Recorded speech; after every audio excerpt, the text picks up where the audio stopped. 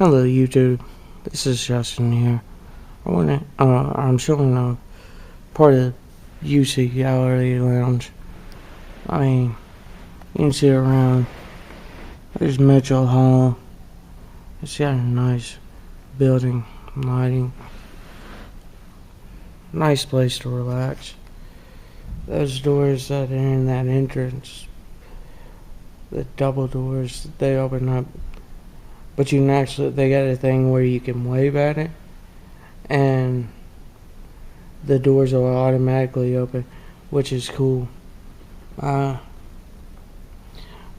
the main reason I'm doing this video is not to, well, in a way, I guess, to show this off since it's a public building at the university.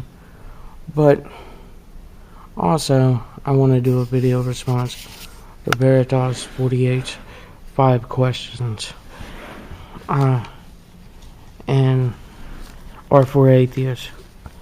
So let's start.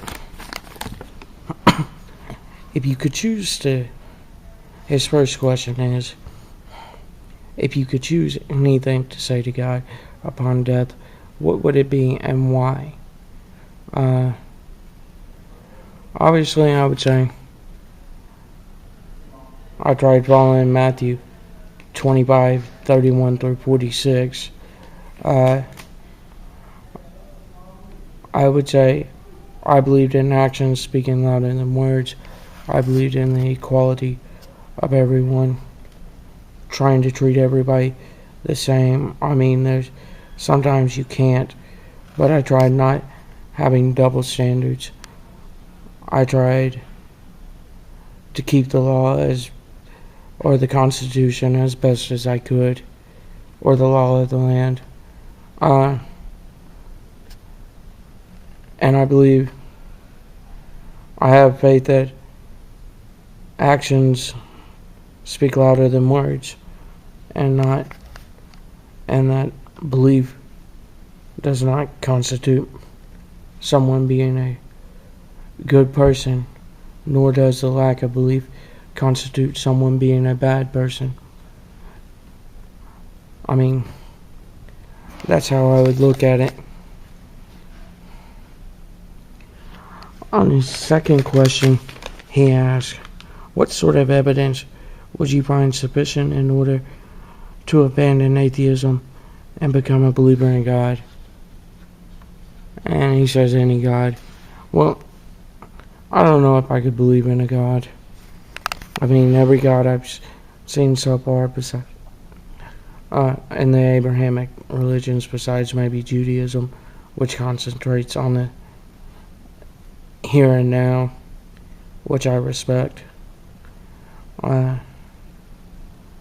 Whereas Christianity concentrates throughout all of it I've seen, as they picked up on one message of the Bible and one main message, and that's pretty much all they do, all they teach, and that's a salvation message. They don't teach how to act.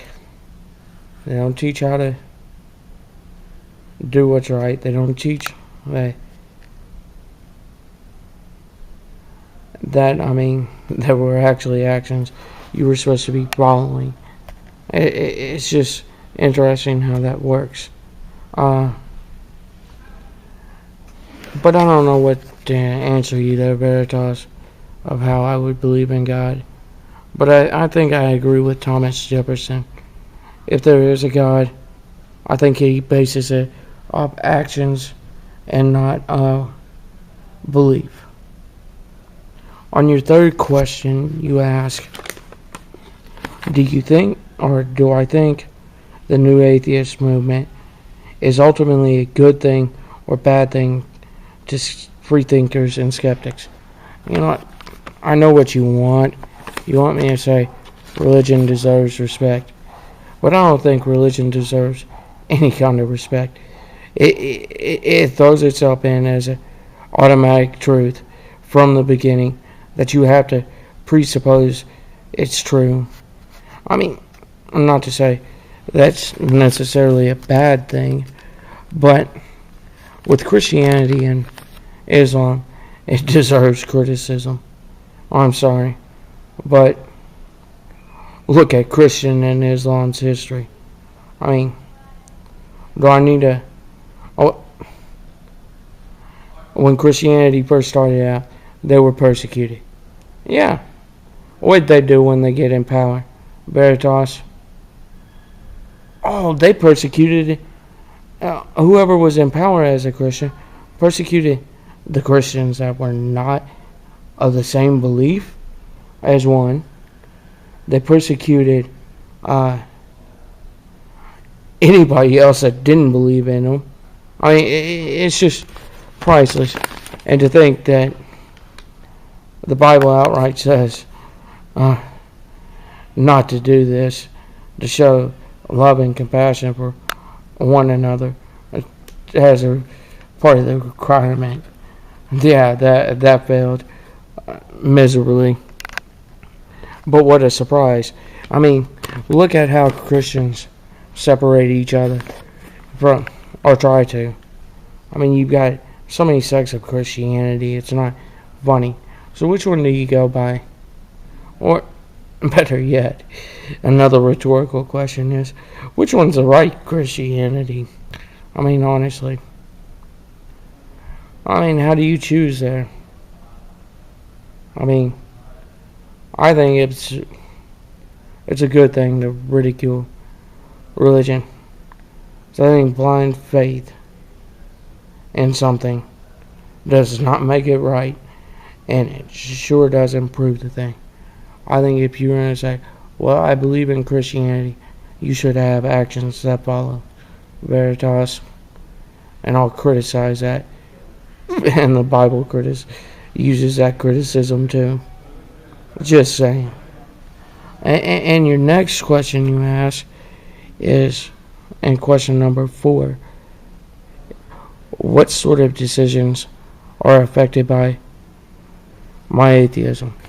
You know, besides not believing in God, I couldn't really tell you actions based on atheism. So, you know, inherently I don't know if atheism is true or false. There could be a God, but atheism means atheist means without.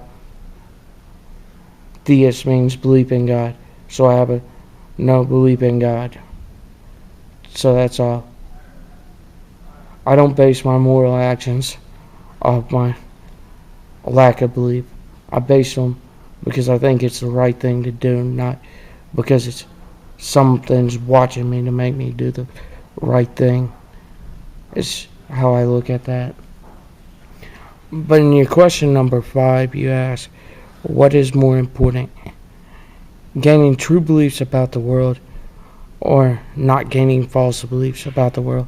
And to me, they seem about the same. I would think if you gain true beliefs about the world, you would eliminate false beliefs about the world. But you seem to think there's a whole dichotomy of difference. I mean, I don't like false beliefs and I love true beliefs.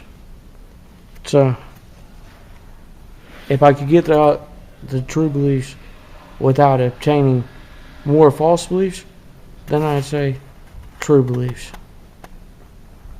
But if I have to eliminate false beliefs to gain more true beliefs, I guess I would accept that. But either way, Veritas, I think true beliefs are good. I think false beliefs are bad. Anyways, have a good one, and I will catch y'all later.